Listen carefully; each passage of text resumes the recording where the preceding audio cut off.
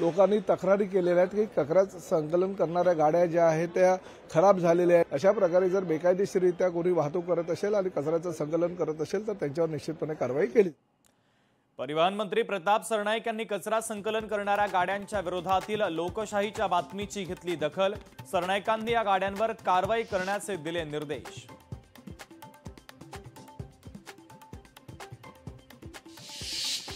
कचरा संकलनामध्ये 3000 कोटींचा घोटाळा झाल्याचा कचरा वेचक कर्मचाऱ्यांचा आरोप। वारंवार एकाच कंपनीला कंत्राट देण्यामागे राजकीय मंडळींचा वरदहस्त। कामगार नेते बाबा कदम यांचा गंभीर आरोप। लोकशाही मराठीकडून सफाई कर्मचाऱ्यांच्या प्रश्नावर सातत्याने मुद्दा उपस्थित। सुरू असलेल्या कव्हरेजच्या बद्दल कामगार नेते बाबा कदम यांच्यासह कचरा वेचक कर्मचाऱ्यांनी लोकशाही मराठीचे मानले आभार। पुण्यातील पार्थ पवार जमीन व्यवहाराची संपूर्ण माहिती पार्थ पवारांना होती। अंजली दमानी यांचा दावा। पार्थ पवारची मीडिया कंपनीत 90% पार्टनरशिप। पार्थ पवार यांच्यावर गुन्हा दाखल करण्याची दमानी यांची मागणी। पुण्यातील पार्थ पवार जमीन व्यवहार प्रकरणी अजित पवारांनी उपमुख्यमंत्री पदाचा राजीनामा द्यावा। सामाजिक कार्यकर्त्या अंजली दमानी यांची मागणी। राजीनामा दिला तरच निष्पक्ष चौकशी होणार असल्याचा दमानी यांचा दावा।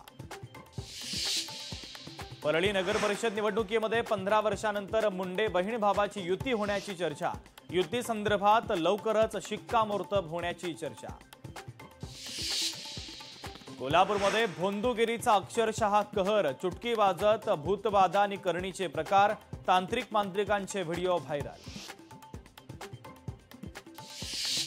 बिबट आणि मानव संघर्षाच्या बाबतीत राज्य सरकारने ठोस कृती आराखडा तयार करावा। खासदार अमोल कोल्हे यांची लोकशाही मराठीच्या माध्यमातून विनंती।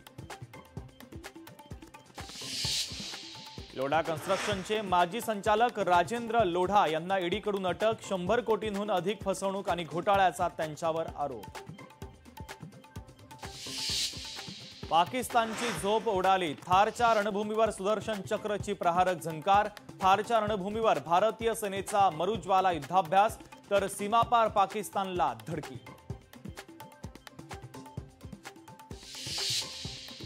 देशातील सर्वात मोठी दहशतवादी संघटना म्हणजे आरएसएस। सुजात आंबेडकर यांचा आरएसएसवर गंभीर आरोप।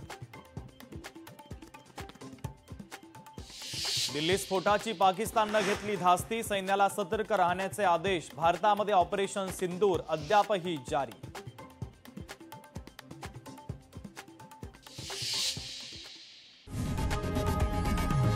लोकशाही मराठी ऐका, पहा, जागरूक रहा।